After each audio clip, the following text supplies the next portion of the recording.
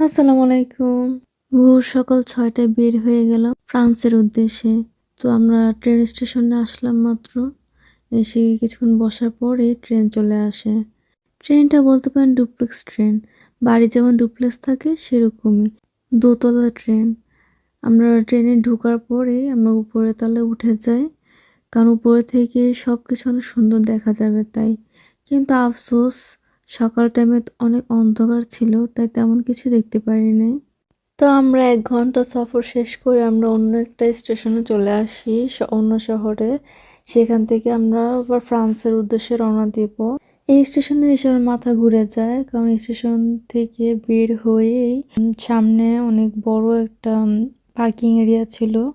সেখান থেকে লিফটে করে ৩ তলার নিচে নামতে হবে। এখন এই স্টেশনটা কি নিচেই ছিল না উপরে ছিল সেটাই ক্যালকুলেট করতে পারলাম না। এই যে দেখেন আমরা কত উপরে আছি। এখান থেকে এই যে নিচের স্টেশনে যেতে হবে। তো আমাদের লিফট চলে আসলো। লিফটটা হচ্ছে এমন একদিক দিয়ে ঢুকে আরেক দিক দিয়ে বের হতে হয়। তো আমরা নিচে চলে আসি আর এটা হচ্ছে ওয়েটিং রুম।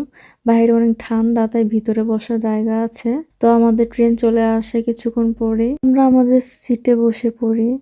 দেখেন কত সুন্দর বাইরের দৃশ্য, কত সুন্দর পাহাড়।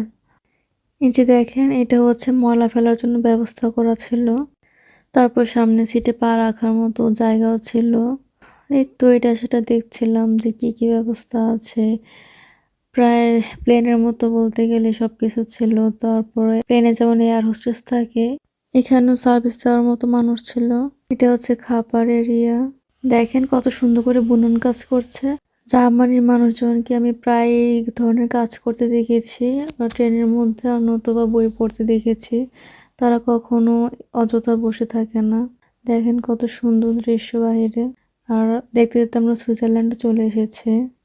পাহাড়ের চূড়ায় কত সুন্দর বরফ জমে আছে, দেখতে খুবই সুন্দর লাগছিল। ক্যামেরায় তেমন বোঝা যাচ্ছে না। এই তো ৬ ঘন্টা কখন চলে গেল টেরই পাইনি। আমরা ফ্রান্স চলে এসেছি। আর এখন স্টেশন থেকে আমরা নিচে যাব লিফট দিয়ে। দেখেন কত সুন্দর করে সাজানো সারি সারি ট্রেন। স্টেশনের বাইরে বের হওয়ার পর মনটাই ভালো হয়ে গেল কারণ কিছুক্ষণ পরে পাপার সাথে দেখা হবে। পাশে কিছু মানুষ গান বাজনা করে টাকা ইনকাম করছিল।